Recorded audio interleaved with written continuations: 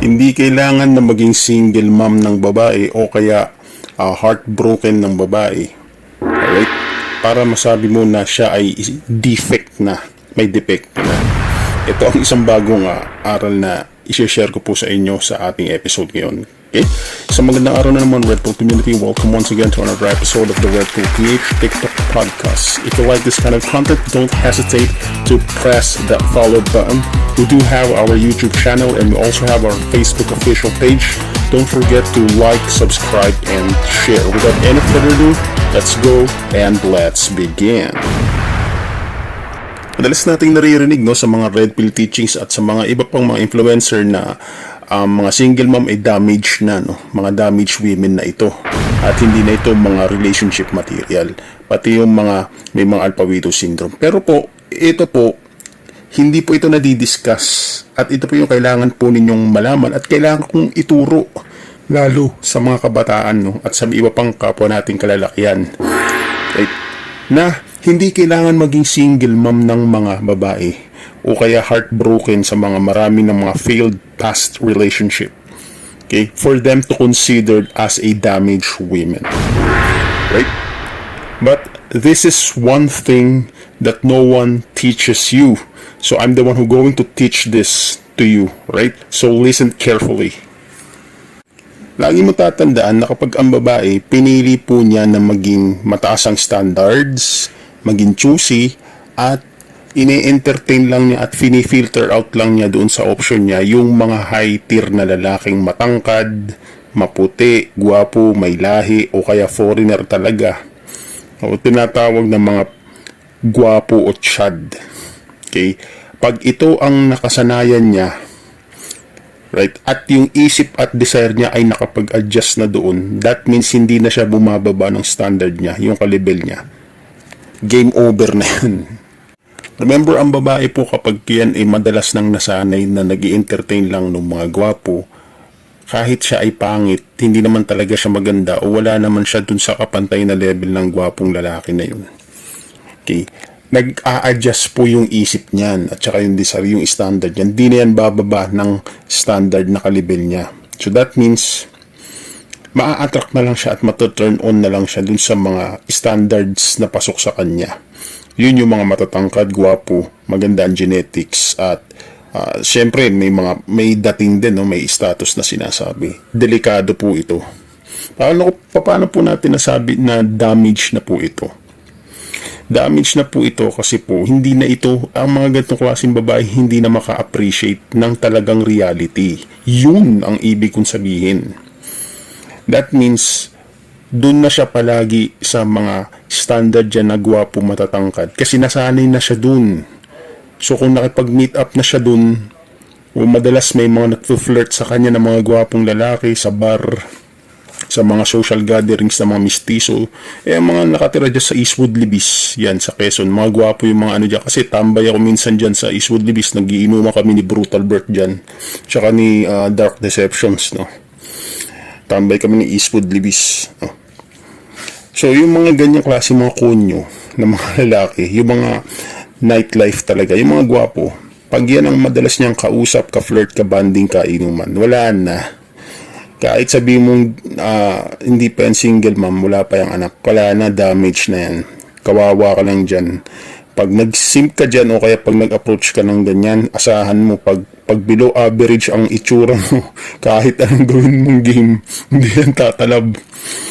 Pipirahan ka lang yan o kaya gagamitin ka niya ng emotional tampons. Kunyari di siya nire-reply ng gwapo na lalaking gusto niya rin. Ilang gwapong lalaki yung kinakausap niya, 3, 4 dun sa cellphone niya. Iba pa yung mga nakikilala niya. Okay? So pag hindi siya nire-replyan nun, kasi nga yung mga lalaking gwapo na yun may gusto ring ibang babae. Ngayon ang gagawin niya, ikaw ang gagamitin niya. Gagamitin kanyang labasan ng sama ng loob o ng frustration. Pero wala siyang pakialam sa'yo. Right? Kailangan ka lang niya para may makausap ka. Sasayangin lang niya ng oras mo, papagurin ka lang yan, pupuyatin ka lang yan. Ang masama niyan, gagastos ka pa. Okay? So itong mga to, kaya natin nasabi na damage siya kasi wala nang ma-appreciate yan na reality. Lunod na yung utak niya. Okay, kumbaga sa droga, wala na, sabog na yung utak niyan. Okay, lunod na yung utak niyan sa delusion. Sasabi ko sa inyo, sinabi ko na sa inyo, hindi lahat girlfriend and wife material. Hindi lahat girlfriend and wife material.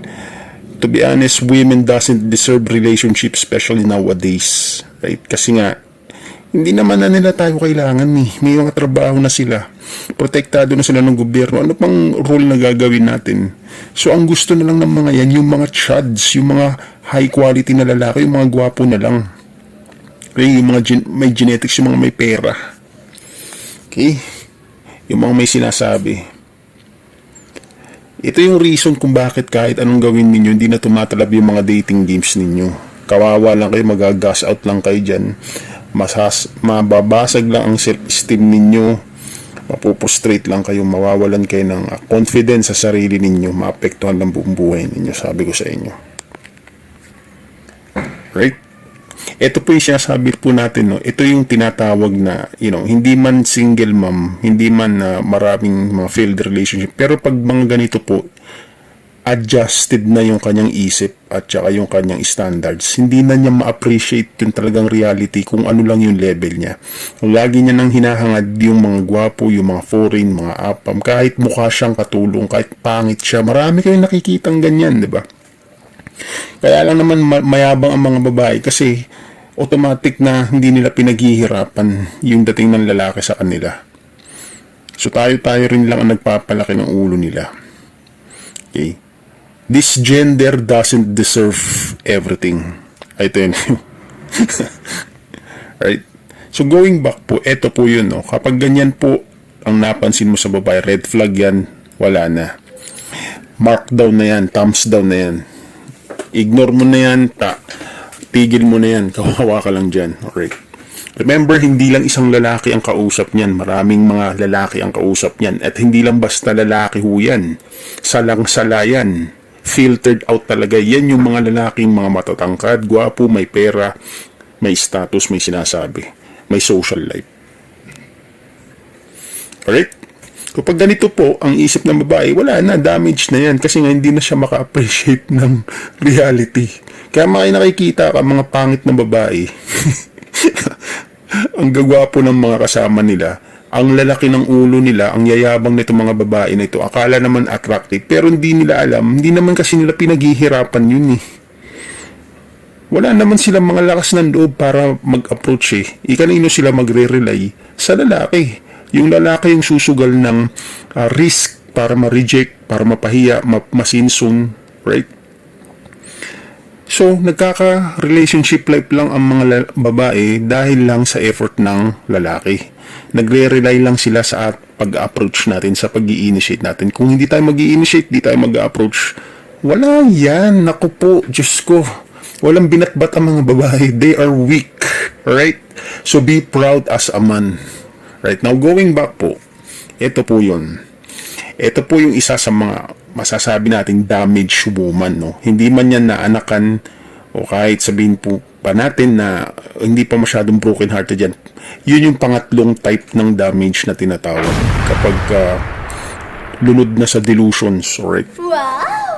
That means marami ng mga in-entertain o kaya nakabanding o kaya nakaseksyan na mga gwapo na one night stand. Hindi mo naman alam yan eh. Magsasabi pa ang babae sa'yo.